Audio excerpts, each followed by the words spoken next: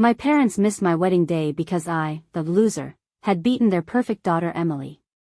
3 years later, their mask of a happy family cracked as scandals, lies, and family drama erupted. But when Emily plotted her revenge, she didn't know that I already had a trick up my sleeve. My name is Kelsey. I'm 28, a software developer from Chicago, and 3 years ago, I married the love of my life, Jake, an architect with a sharp mind and an even sharper sense of humor. Our wedding day was straight out of a dream, a small garden ceremony under a golden September sky, fairy lights twinkling as the sun dipped low, and the sound of laughter from friends and family filling the air. I wore a simple, flowing dress that made me feel like the best version of myself, and Jake couldn't stop smiling as he slipped the ring on my finger. It should have been perfect. But when I glanced at the front row during the vows, my stomach dropped.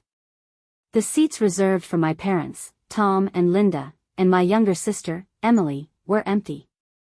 Not a single one of them showed up. I'd be lying if I said I was shocked. Disappointed? Sure. Heartbroken? A little. But surprised? Not really. My family had always orbited around Emily, 26, stunning, and the golden child who could do no wrong. Me getting married first wasn't part of their script. I was the quiet one, the lesser daughter, the one who didn't fit their picture-perfect narrative. Still, I'd hoped they'd at least pretend to care. Jake squeezed my hand as we walked down the aisle, whispering, "You're enough for me." That kept me going. The day was beautiful despite the sting of their absence. My in-laws stepped in, my friends cheered louder, and we danced under the stars. I told myself I'd deal with my family later. A week after the honeymoon, I was sorting through a pile of belated cards and gifts when I found it, a plain white envelope with no return address, slipped between the usual well wishes. My name was scrawled across the front in messy handwriting I didn't recognize. Curious, I tore it open. Inside was a single line: "Your parents are hiding more than you think. Dig deeper." No signature, no explanation, just those cryptic words staring back at me. I turned the paper over, looking for clues, but there was nothing. Jake peeked over my shoulder, raising an eyebrow. "Secret admirer," he joked. I forced a laugh, but my mind was racing. What did it mean? Was this about the wedding? Or something bigger? I tried calling my parents that night, hoping for answers, or at least an excuse. Mom picked up after 3 rings, her voice clipped. "Oh, Kelsey, we've been so busy. You know how it is." No apology, no mention of the empty seats. When I pressed, asking why they didn't come, she sighed dramatically. "We didn't feel included. It's complicated." Complicated? I'd sent paper invites with embossed lettering, followed up with emails, even texted them reminders. I had the read receipts to prove it. Dad jumped in, grumbling. Emily was upset too. "You know how sensitive she is." That was it, the conversation shifted to Emily, as always. I hung up, frustrated, the mysterious note burning a hole in my thoughts. Emily. Of course it came back to her. She'd been the center of our family since we were kids. Growing up in our suburban Chicago home, I watched my parents shower her with praise, her straight-A report cards framed on the mantel, her soccer trophies polished weekly, her every milestone celebrated with parties that spilled into the backyard. Me?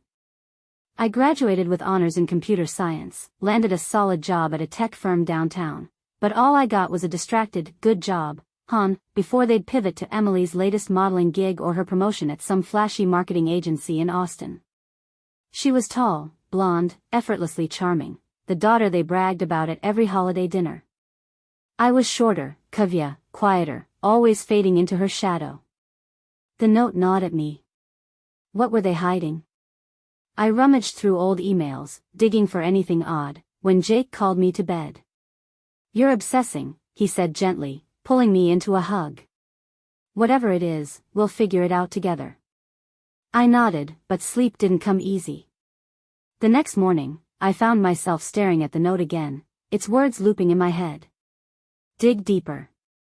I thought about confronting Emily directly, she'd always been smug, quick to remind me of her wins, but I didn't have proof.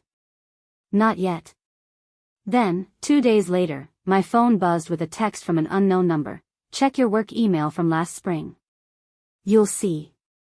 My heart skipped.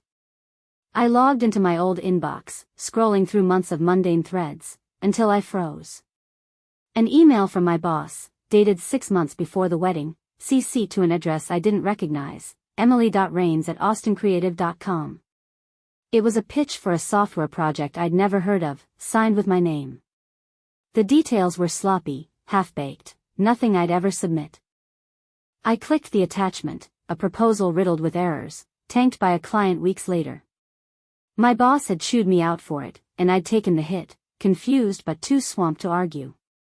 Now, seeing Emily's email tied to it, a chill ran down my spine. Had she sabotaged me? And why? I showed Jake, my hands trembling. He frowned, piecing it together. This wasn't an accident, Kels. She wanted you to look bad. But that wasn't the worst part. The note, the email, it all pointed to something bigger. My parents had to be in on it. They'd always pushed Emily's career, bragged about her genius, but this? This was next level. What else had they done? I grabbed my laptop, determined to unravel it all, when Jake stopped me. We need a plan, he said. If they're playing dirty, we play smarter. He was right. Whatever they were hiding, I was done being their pawn. The wedding boycott was just the beginning, this was war. I've always lived in Emily's shadow, it's been that way since we were kids. At 26, my younger sister is everything I'm not, tall, blonde, and dazzling, with a smile that could charm anyone. She's a marketing whiz in Austin, climbing the ladder at some trendy agency, her name plastered on awards and LinkedIn posts like she's the second coming of Steve Jobs. Me?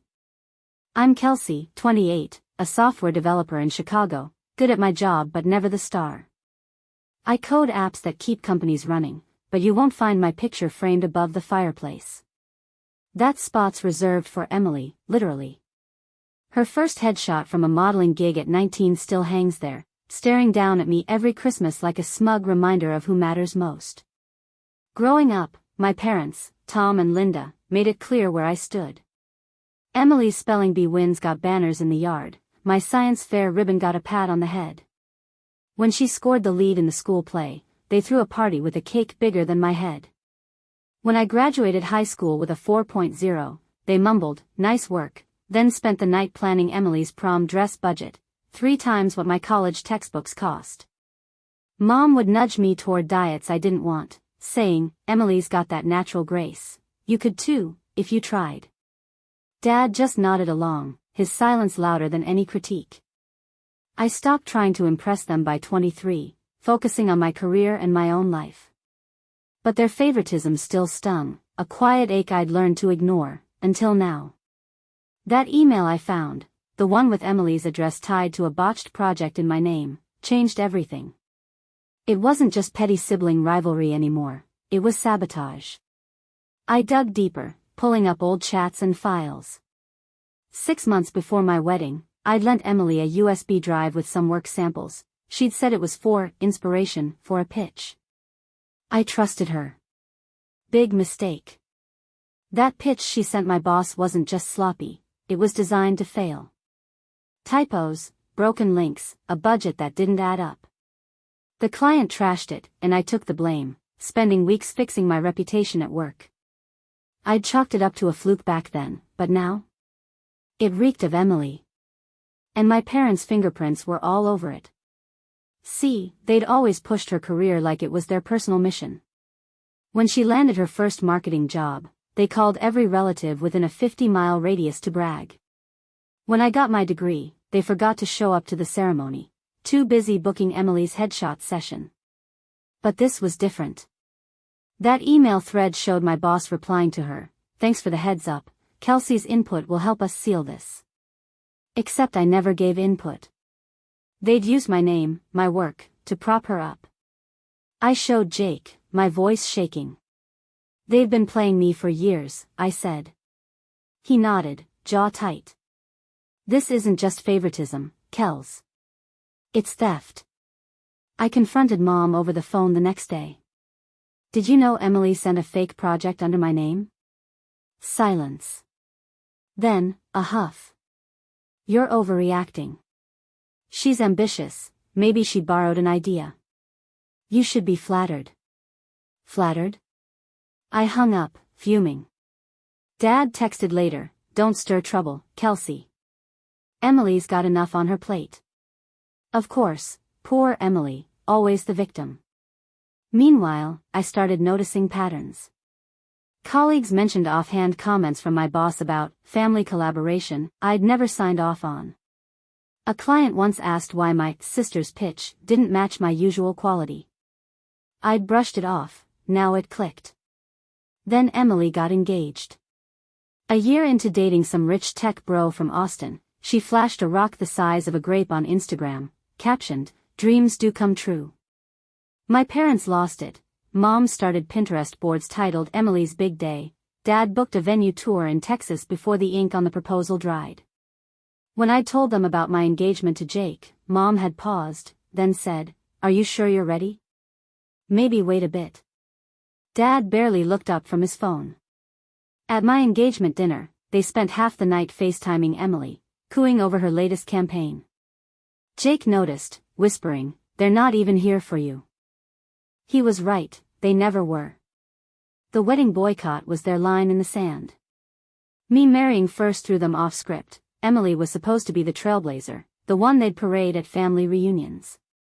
I'd sent invites, called, texted. Mom claimed they never got them, but the delivery confirmation said otherwise. They'd chosen her feelings over mine, again. But that mysterious note, "Dig deeper," kept me up at night. What else were they hiding? I started cross-checking dates. Emily's big promotion last year? Same week I'd lost a bonus over that failed project. Her genius campaign idea? Pulled from a draft I'd scrapped on that USB drive. Jake caught me pacing at 2 a.m., laptop glowing with evidence. "You're onto something," he said, scanning the screen. "But we need more than guesses." He was right, I needed hard proof. The next morning, I emailed my boss, casual but pointed, "Hey, found an old thread about that spring project. Who pitched it originally?" His reply was vague, "Think it came through a family contact. Check with your sister." My blood boiled. A family contact? They'd looped her in without my consent, and she'd turned it into a weapon.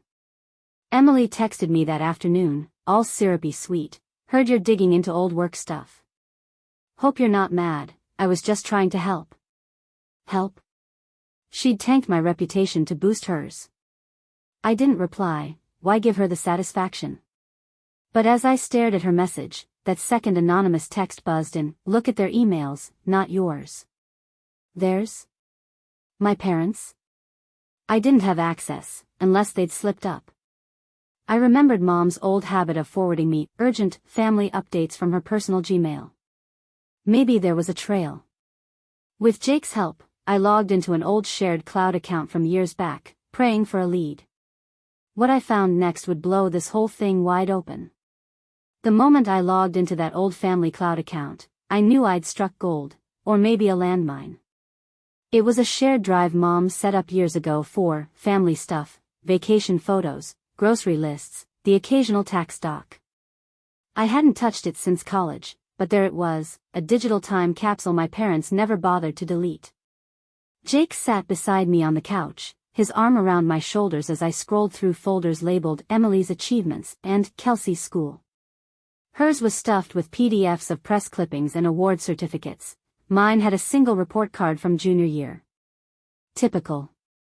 But then I saw it, a folder simply called Work, buried under a pile of outdated Christmas card drafts. I clicked, and my breath caught. Emails. Dozens of them, forwarded from Mom's personal Gmail to Dad's, stretching back 5 years. The subject lines were vague: update, progress, next steps, but the contents? A roadmap of betrayal. One from 2 years ago, sent to my boss, "Emily's got a big pitch coming up, Kelsey's work could give her an edge. Can we coordinate? His reply, happy to help, send me what she's got. Another, dated a month before that botched project.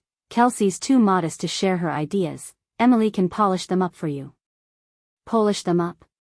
She'd butchered them, slapped her name on the mess, and let me take the fall. My hands shook as I read on. They'd been feeding my career to hers like I was some silent donor, all while smiling to my face at Thanksgiving. Jake's jaw tightened. They didn't just favor her, they used you. I nodded, too stunned to speak. The final blow was an email from Dad to Mom, sent the day I told them about my engagement. Kelsey's rushing into this wedding thing. Emily's career can't handle the distraction right now. We'll figure out how to handle it. Handle it? They'd handled it by boycotting my wedding, betting I'd stay quiet like always. The mysterious notes, dig deeper, look at their emails, suddenly made sense. Someone knew. Someone wanted me to find this. But who? I was still reeling when Emily texted me again, her tone dripping with fake concern. Mom says you're upset about work stuff. Let's talk, I hate seeing you stressed. Stressed? She'd built her success on my ruins, and now she was playing the caring sister? I didn't respond. Instead, I called her bluff, texting back, found some interesting emails. Care to explain? Her reply came fast, what emails? You're being paranoid. Paranoid? I had screenshots. I was done playing nice. But before I could fire back, my phone rang, an unknown number. I hesitated, then answered. Kelsey? It's Aunt Marge. Her voice was soft, shaky, not the usual cheery tone I remembered from family picnics. Marge was Dad's older sister, a quiet woman who'd always hovered on the edges of our drama, never picking sides. I sent those notes, she said. My heart stopped. You? Why? She sighed. I've watched Tom and Linda put Emily on a pedestal for years, and I saw what it did to you. When they skipped your wedding, I couldn't stay silent anymore. Check your mailbox, I left something for you. I raced outside, Jake trailing behind, and there it was, a padded envelope with no stamp, just my name in her neat cursive. Inside were printouts, more emails, ones I hadn't found in the cloud. One from Mom to Marge, dated a year ago. Emily's promotion hinges on this project. Kelsey won't mind if we borrow her work. She's not the ambitious type. Another, from Dad, if Kelsey pushes back, we'll say it's a misunderstanding, she's too sensitive anyway. Marge had added a sticky note, I kept these in case you ever needed them. I'm sorry I didn't speak up sooner. I sank onto the porch steps, clutching the pages. Jake read over my shoulder, his silence heavy. They planned this, he said finally. All of it. I called Marge back, my voice cracking. Why now? She paused. I heard them at Easter, bragging about Emily's engagement, saying your wedding didn't count because it wasn't their vision. I couldn't let them rewrite your life anymore. Tears stung my eyes, but not from sadness, relief, maybe. Anger, definitely. Marge wasn't just an ally, she was my lifeline. Thank you, I whispered. What do I do with this? Her answer was firm, show them who you really are. That's when Emily escalated. She didn't know about Marge, but she must have sensed I was on to her. A text popped up from Jake's phone, she'd gotten his number somehow, probably through a mutual friend. Hey, Jake, it's Emily. Kelsey's spiraling, she's digging up old drama to hurt me. As her husband, you should help her see reason. Our family's complicated, but she's making it worse. Jake laughed, loud and sharp. She thinks I'm her pawn? She doesn't know me at all. He typed back, I support my wife, not your games. Talk to her yourself. Emily's reply was instant, you'll regret siding with her when this blows up. Blows up? She had no idea what I held in my hands, proof of their lies, their theft, their cold calculation. But I wasn't ready to strike, not yet. I needed one more piece. Marge's envelope included a bonus, a scribbled note about a meeting my parents had with Emily's boss last spring, right before her promotion. If I could get those records, I'd have an airtight case, not just for me, but for work, too. I looked at Jake, determination settling in. They think I'll back down, I said. They're wrong. He grinned. Let's bury them with the truth. The next day, I emailed my HR rep, requesting every document tied to that failed project, dates, signatures, the works. I wasn't just fighting for my wedding anymore.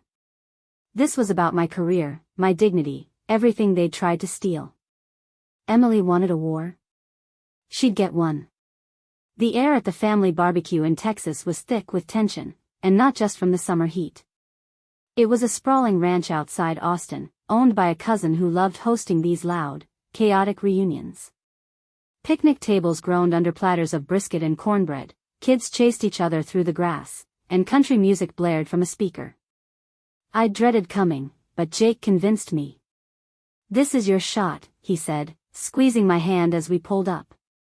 In my bag were the emails, Marge's printouts, and a USB with every damning file I'd scraped from that old cloud account.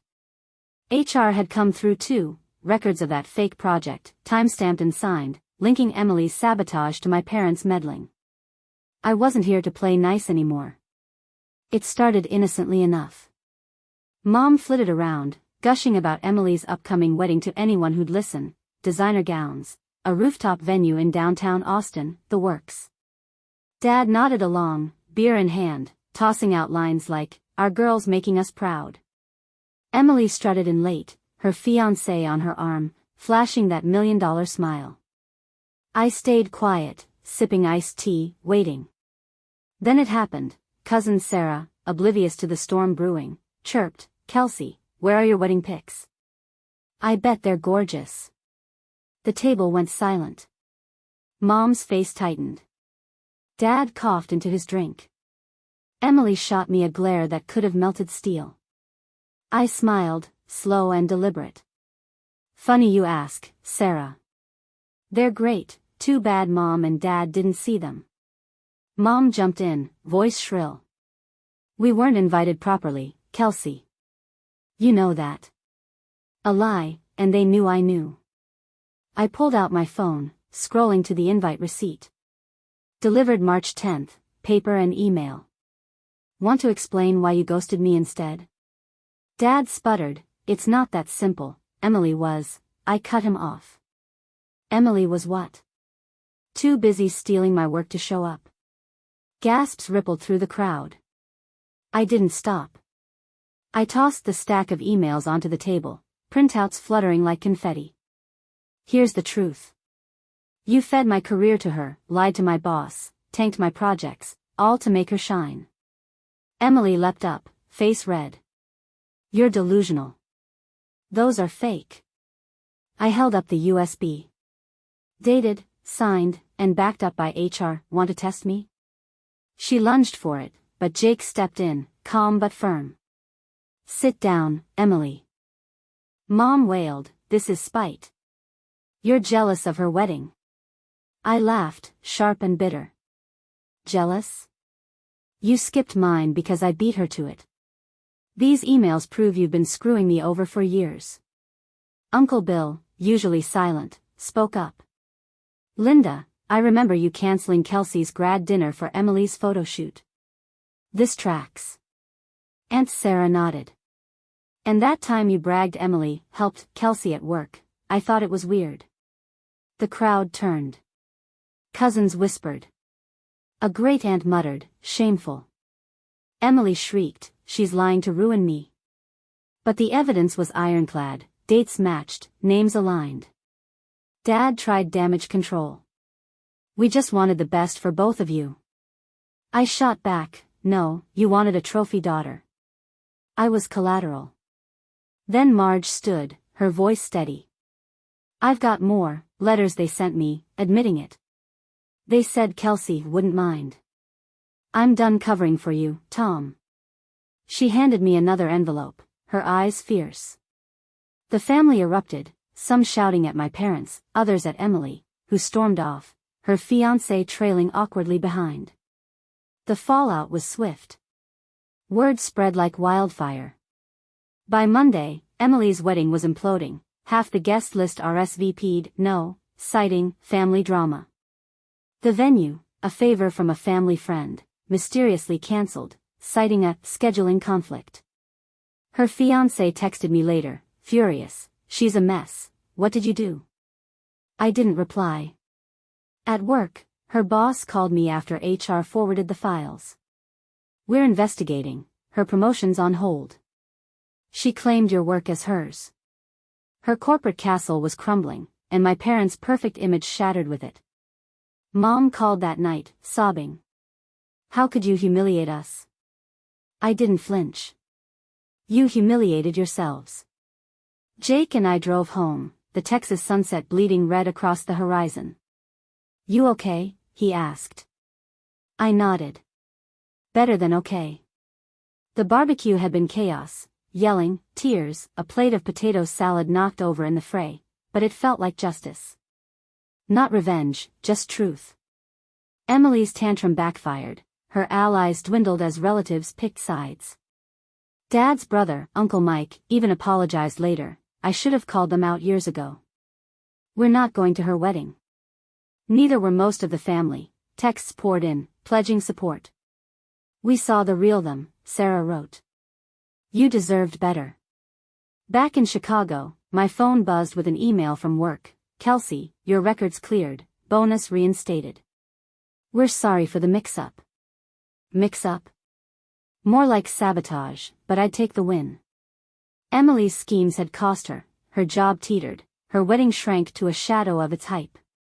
Mom and Dad clung to their narrative, but no one bought it. Their lies had built a house of cards, and I'd just blown it down. I wasn't gloating, okay, maybe a little, but the weight of years lifted. They'd bet on me staying small. They'd lost. Jake poured us wine that night, grinning. "You're a badass, you know that?" I smirked. Took me long enough to figure it out. We clinked glasses, the future wide open. Emily and my parents could scramble all they wanted. I was done carrying their mess. The truth had set me free, and they'd have to live with the wreckage. The dust settled after that Texas barbecue, but the echoes lingered. I'd walked away from the chaos, tables strewn with crumpled napkins, Mom's mascara-streaked face, Emily's dramatic exit, with my head high and Jake's hand in mine. Back in Chicago, the air felt lighter, like I'd shed a coat I'd worn too long. For years, I'd carried my family's expectations, their favoritism, their lies, letting it press me down until I barely recognized myself. Now, I was free. Not because I'd won some petty war, but because I'd stopped playing their game. Emily didn't take it lying down, of course. A week after the showdown, she spammed my inbox with a novella-length email, half apology, half accusation. "I never meant to hurt you, Kelsey, but you've always been jealous of my drive. You humiliated me in front of everyone, my wedding's ruined, my job's a mess. How could you?" I laughed, deleting it without a reply. She still didn't get it. Her mess wasn't my doing, it was hers. Her fiancé called next, pleading, "She's falling apart, fix this." I told him, "She built that tower. I just stopped holding it up." He hung up, and that was that. Work was her real undoing. After HR's investigation, her boss emailed me an apology. "Emily misrepresented your contributions. We're reevaluating her role." Reevaluating turned into terminating. She lost her corner office and that shiny company car within a month. Word got around Austin's marketing scene. Her genius reputation tanked when clients learned she'd plagiarized my ideas. Her wedding? A ghost of its former hype. The guest list dwindled to a handful, the rooftop venue swapped for a budget backyard affair. Mom texted me photos, captioned, "It's still beautiful." I didn't respond. They'd lost their audience. No one cared about their perfect family charade anymore. My parents tried rewriting history too.